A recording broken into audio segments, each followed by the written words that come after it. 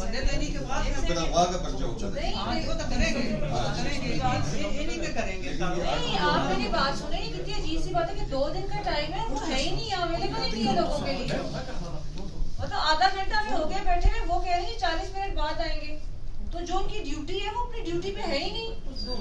2 दिन का टाइम दिया है सिर्फ इन्होंने लोगों को, और ये यहाँ है ही नहीं, अवेलेबल ही नहीं है, ये अपनी ड्यूटी पे ही नहीं है। मीटिंग से कौन सी मीटिंग है? आप उनको फोन करके बता देंगी, मैं इधर बैठी हूँ, जब तक वो आएंगे नहीं आप तो कह रहे हैं, तो कह रहे हैं 11:30 बजे आएंगे, जिधर मीटिंग आ रही है हम उधर चले जाते हैं, हमें तो कोई मसला नहीं। चेक करें, अटक चली अटक तो बाहर नहीं नहीं अटक तो बाहर नहीं है, वैसे तो पता कंफर्म कर लें। ये क्या 2 दिन का इनका टाइम है, ये अवेलेबल ही नहीं है, ऑफिस में नहीं है।